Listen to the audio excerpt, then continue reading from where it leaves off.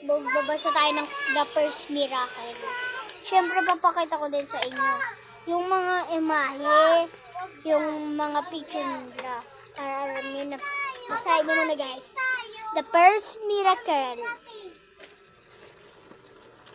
Si Jesus agad ang nakita nyo, diba? This was the time when Jesus and his disciples were spreading the word of God. Ayan siya guys. Ayan siya yung una kong binabasa. Ba't kaya hindi siya na box dito?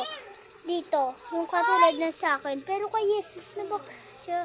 Baka nandito si Jesus guys. Dito na tayo sa kabila. So far, no one knew of Jesus' power. He had not performed any miracles.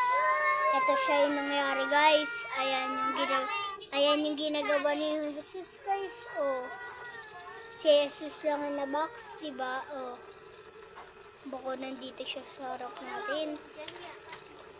And the next. One day, isang araw, there was a wedding in the village of Cana to which Jesus and his disciples were invited. Naimbitahan si Jesus. Jesus' mother, ang mother ni Jesus, Mother Mary, was also invited to this wedding. Naimbitahan din yung nanay niya. So, ayan guys yung pangyayari. Next na tayo, next page. Sa uli nga para guys, meron ditong tanong.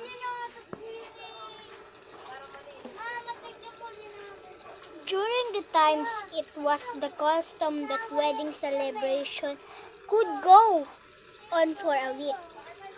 Often the friends and families of those who were getting married stayed together for days to celebrate. Ayan yung nangyari ulit guys. May nagano dyan, no?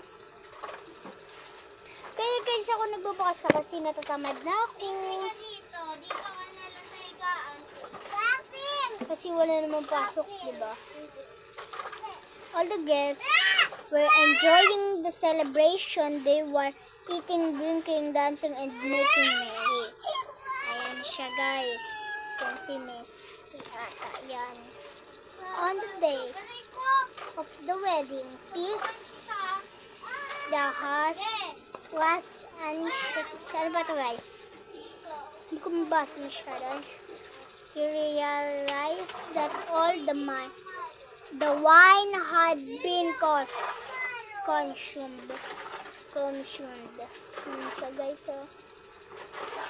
Yan yung pangyayari ulit niya.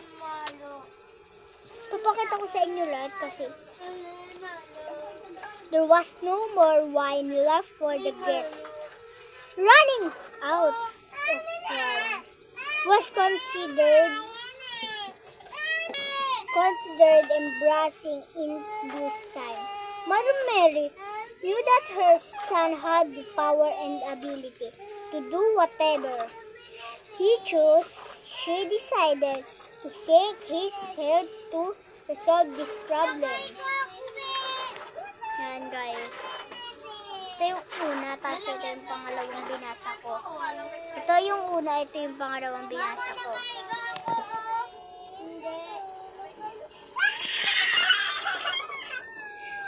Mother Mary went up to him and said, "They have no wine.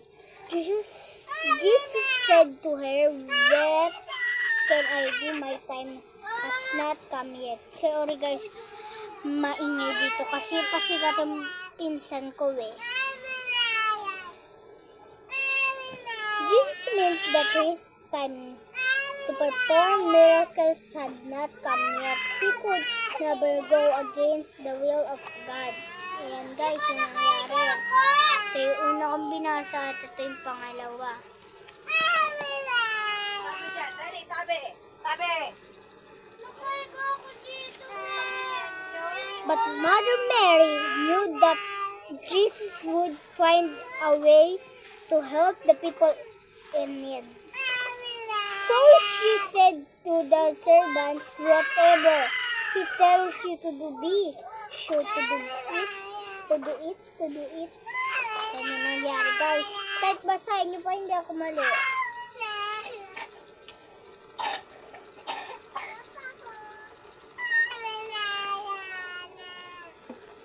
In the house stood 6 massive stone jars. Each jar had the capacity of 25 gallons.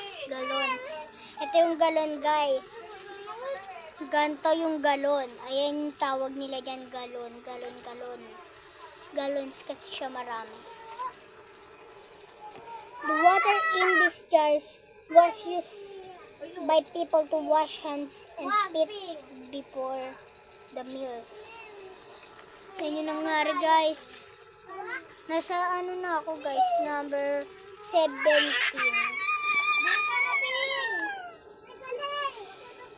Jesus said to that servant, fill the 6 just with water. Ayan yung water nila, guys. Ayan yung water, oh. Ayan yung water. The servants forbade him because they had already been told by Mother Mary to do so. They filled the jars up to the brim. Oh, yan na, ilit ng... Kaya pinapakita ko sa inyo, guys. Kasi kwento nga para makita nyo yung mga ginagawa. Hindi yung babasahin lang natin, di ba? Paano? Tapos, ano ilang ba ito? Hanggang 31 lang siya, guys. Babakulari. Wala pa tayo dyan. Jeez, ay wala.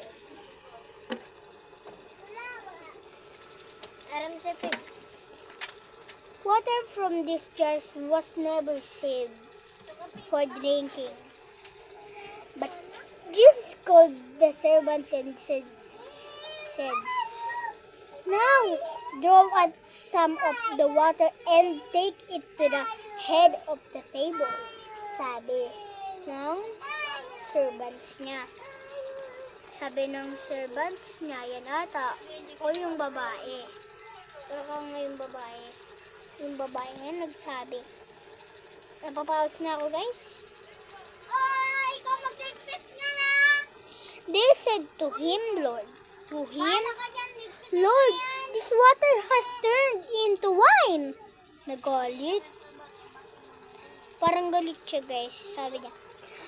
They said to him, Lord, this water has turned into wine. The water had indeed turned into wine. One of the guests tasted the wine and was left speechless. He did not know from where the wine had come. Ayan siya, guys.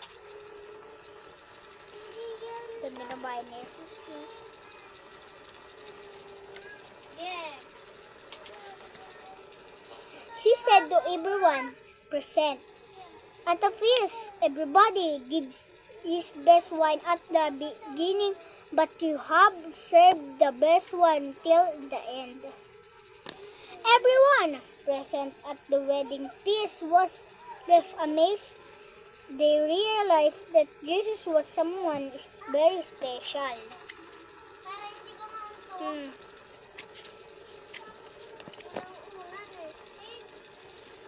Malapit na tayo matapos, guys. So, yun na siya. This was the first miracle Jesus performed. He the Son of God. So, he had a special power to change the water into wine. Jesus had shown the God's glory by performing this miracle. After his first miracle, his disciples believe and trust in Jesus in the a greater way pala. Yan siya, guys, naglakbay sila. Punta sila sa performance. Dito na nagtatapos. Meron pa pala. Jesus' first miracle also marked the beginning of his public ministry. Yan guys, yung mga vocabulary. Yan guys, kayo na lang magbasa.